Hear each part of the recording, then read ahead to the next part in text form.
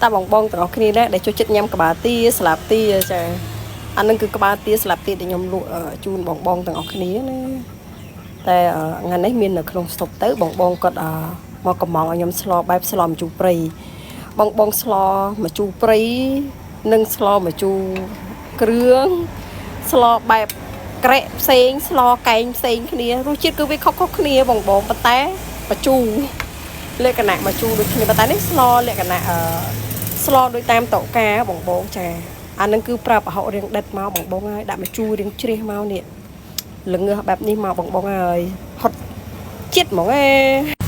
ពេលបងយើងស្ងោរវាឲ្យរីកមកហត់មកជូរហ្មងប្រាប់ប្រហុករៀងដិតបន្តិចស្លបែបនេះបងហើយទឹកកុំច្រានពេកគឺខ្ញុំល្ងឲ្យវារៀងផុយបន្តិចដាក់ម្ទេសហិលមកដាក់ម្រះព្រៅឲ្យរៀងក្រាស់មកឈ្ងុយហ្មងបង